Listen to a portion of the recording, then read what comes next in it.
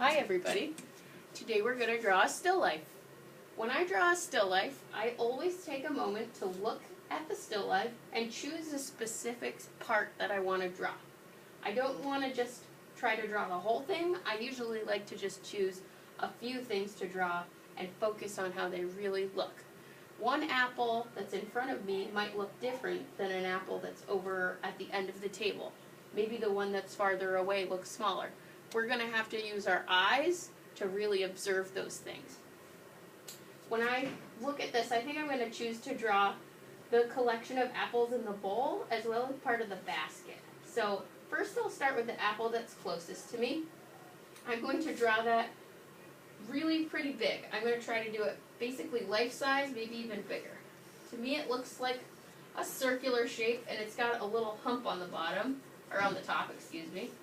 And then it also has a little stem coming up. So there's the first apple. I see the whole thing, so I try to draw it the way it looks.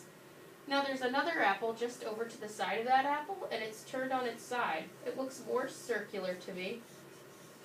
So I'm going to draw it just like a circle. Then I see that the stem is actually over on the side. I see a little hole in it that looks like a little shadow like that. And now I have a little stem sticking out. When I look at the bottom of the apple, there's actually a little bit of a shadow, so I might even shade a little bit underneath each one of these apples because it looks darker underneath there. When I look at the basket, I only see part of it. When I look at the basket, the apple is in front of it. So when I draw the basket, I'll only show where the part of the basket that I see. I see that the basket comes up right near where the apple is. So right where the apple is, I'll start drawing the shape of the basket.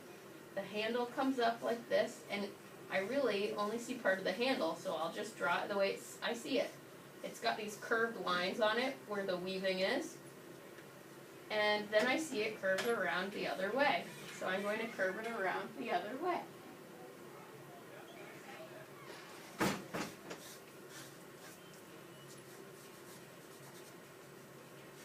There's my basket. I see a couple of apples in the basket too. One of them I only see the top of, so I'll just draw the top and that little hole on the top. I see another one above that, but I don't see the whole thing because these apples are in front of it. So I'm just going to draw the part that I see. I can see the stem, so I'll draw that. There's one more apple over here that I see, so I'll draw it this way. There it is. Now I can see the side of the basket a little bit more here. So I'm going to make sure I can show where it goes between those apples. Then I see it goes all the way off the page. I can also show the lines of the basket if I want to. Those aren't as hard to do because I can just sort of show lines and texture by crisscrossing some lines together like that. If I want to show the bowl, I can do that. I only see part of it. There's a bowl that comes out about here and then it wraps back around. There's the bottom of the bowl that curves down. I see one apple popping out, so I'm just going to draw the part I see. There's a second one behind that, so I'll just draw the part I see. I'm really just using my eyes, and everything that I see out there, I'm drawing just the way I see it. It's all about looking. Drawing is so much more about looking than it is about actually putting your pencil to the paper. I see some more shadows, so I might add a little bit of darkness underneath everything. And I'm going to leave the rest of it out because I think that is enough going on in my picture.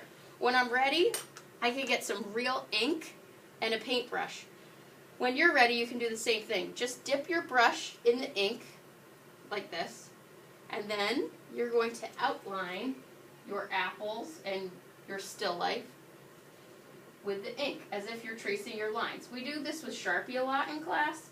Today we're going to do it with real ink, just like artists used to do back in the old days. So go over all your lines with the ink, and when you're done with that, you can add color with our tempera cakes if you want. Whenever I run out of ink on my brush, I just go back and dip back into the ink until it runs out again. And continue, and then you'll be done. Have fun!